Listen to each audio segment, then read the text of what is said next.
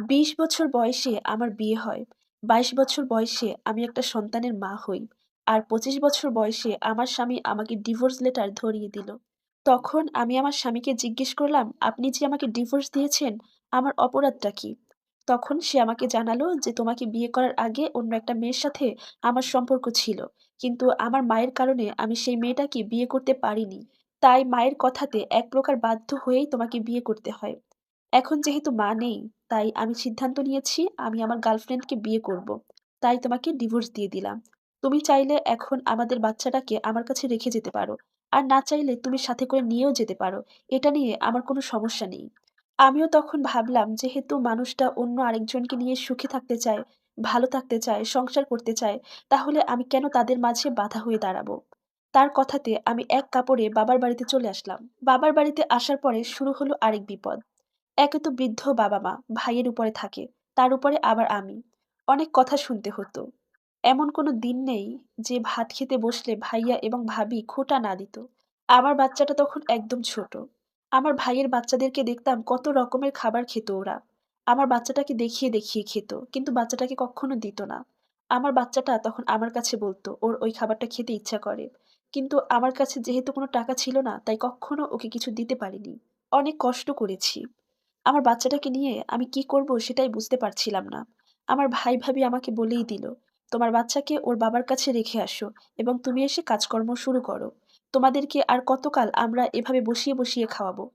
তার উপর কিভাবে আবার তোমার বাচ্চাকে বাড়তি খাবার খাওয়াবো? তুমি এখন চাইলে কাজবাজ করতে পারো।" তো আমিও তখন ভাবলাম যে সত্যিই তো আর কতকাল অন্যের উপরে নির্ভর করে থাকতে হবে। আমাকেও কিছু একটা করা উচিত। এভাবে দেখতে, দেখতে ১.৫ মাস কেটে গেল। আমি তখন সিদ্ধান্ত নিলাম যে আমি ঢাকা শহর যাব। আমার ছেলেটাকে নিয়ে আমি ঢাকায় গেলে সেখানে অনেক ধরনের কাজ পাবো। যেগুলো করলে আমরা আমাদের দুজনকে চালাতে পারবো। তো যেই ভাবনা সেই কাজ আমি ঢাকা শহরে আসলাম। ঢাকায় এসে একটা বাসায় কাজ নিলাম। তাদেরকে বললাম যে মাস শেষে আমাদেরকে কোনো টাকা দিতে হবে না। শুধুমাত্র আমাকে আর আমার ছেলেকে ৩ বেলা খাবার দিলেই হবে। তো এভাবেই আমি সেই বাসায় কাজ করতাম আর আমার বাচ্চাকে নিয়ে ৩ বেলা খেতাম। তো এভাবে যেতে, যেতে একদিন বাসার সেই মালিক আমাকে জিজ্ঞেস করছে যে, "তোমার সমস্যা কি? তোমার কি হইছে জীবনে?" তখন আমি তাকে আমার জীবনের সব কথা খুলে বললাম। তখন সে আমাকে বলল যে, "আচ্ছা ঠিক আছে বোন, তোমার কথা শুনে আমার খুব খারাপ লাগলো। তুমি তোমার বাচ্চাটাকে আমার কাছে রেখে গিয়ে অন্য বাসায়ও কাজ করতে পারো। কারণ আমি তো তোমাকে টাকা দিতে পারছি না। আর তাছাড়া তোমার ছেলের তো একটা ভবিষ্যৎ আছে।" তো যাই হোক এরপর শুরু হলো আমার জীবনযুদ্ধ। আমি রাজমিস্ত্রির কাজ থেকে শুরু করে অনেক ধরনের কাজ করলাম। আমি শহরের একটা নামী স্কুলে আমার ছেলেটাকে ভর্তি করাইছি। সেখান থেকে আমার ছেলেটা একটা ভালো রেজাল্ট করছে। এরপর তাকে একটা বিশ্ববিদ্যালয়ে আমি ভর্তি করাইছি। সেখান থেকে সে মাস্টার্স পাশ করেছে। এরপর সে একটা ভালো চাকরি পেয়েছে। আমার ছেলেটা বেশ ভালো টাকা বেতন পেত। তখন আমি ভাবলাম যেহেতু ছেলেটা বড় হইছে ওকে তো বিয়ে করাতে হবে। ছেলেকে বিয়ে করালাম। কিন্তু ছেলের বউ আমাকে দেখতে পারে না। বলে যে, "আপনি যদি এতই ভালো হতেন তাহলে আপনার স্বামী আপনাকে ডিভোর্স কেন দিয়েছিল?" এসব কথা বলে সে আমাকে খোঁটা দেয়। সে আমাকে বলে যে, "আমি আপনার সাথে থাকবো না।" সবসময় আমাকে ছোট করে কথা বলে। কিন্তু আমার ছেলে এগুলো সব দেখেও কোনো প্রতিবাদ করে না। আমি ঢাকায় এসে ১ম যে বাড়িওয়ালার বাসায় কাজ করতাম, একদিন সে আমাকে ডেকে জিজ্ঞেস করলেন, "আচ্ছা, তোমার ছেলের বউ তো তোমাকে দেখতে পারে না।